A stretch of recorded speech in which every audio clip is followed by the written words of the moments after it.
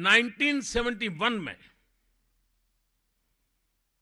जबकि श्रीमती गांधी इस देश में राज करती थी, एक वांछू कमेटी बनी थी, जिस वांछू कमेटी का एक रिपोर्ट आया था और जिसमें नोटों पर पाबंदी लगाने के विषय में गंभीरतापूर्वक चर्चा की गई थी। और उस कमेटी का रिपोर्ट कहता है, और यह 1971 की बात है,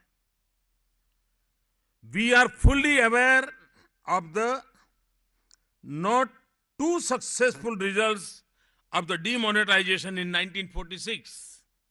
Yet, we are confident that these measures, if introduced now, would achieve substantial result because of altered circumstances. Wanchu committee का कहना था 1946 में डिमोनेटाइजेशन हुआ तो उसमें सफलता नहीं मिली, लेकिन अगर 71 में करेंगे तो हमें बहुत बड़ी सफलता मिलेगी। कहने का तात्पर्य यह है कि 1971 में देश को इसकी जरूरत थी जो आज हमने किया है। इतने साल देर कर करके देश का कितना नुकसान किया है यह हम कल्पना कर सकते हैं। और उस समय के जो कैबिनेट सेक्रेटरी, एक सीनियर आईएएस अफसर थे, उन्होंने किताब लिखी है। उस किताब का एक वाक्य मैं कोट करना चाहता हूं। उस किताब में श्रीमान माधव गोडबोले की किताब है, unfinished innings, recollections and reflections of a civil servant. बाद में कैबिनेट सेक्रेटरी भी बने थे। और यशवंतराव चव्हाण जब फाइनेंस मिनिस्टर थे तब वे उनके सचिव थे। तब उन्होंने एक बड़ा मजेदार अपनी किताब में उल्लेख किया है।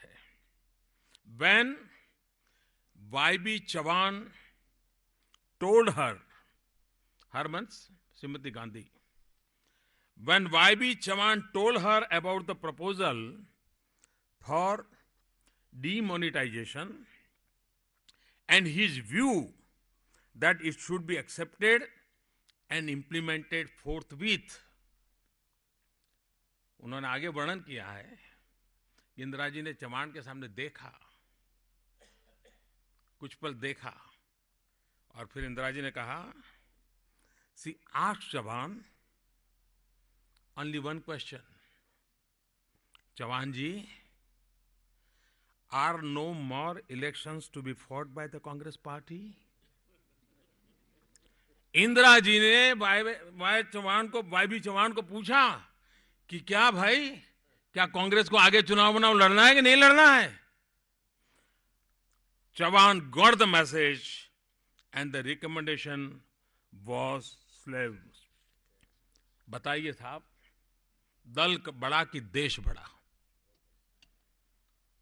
ये 1971 में सारे रिपोर्ट थे। उनके ये वित्त मंत्री कह रहे थे कि करने की आवश्यकता है, देश के लिए जरूरी है। और उस समय के सीनियर सिविल सर्वेंट ने लिखा है कि वाई.बी. चव्हाण को जब ये पूछा गया, सारी बात रुक गई। जो काम 1971 में किया होता तो आज ये देश की बर्बादी नहीं होती। इस प्रकार से देश को चलाया गया है।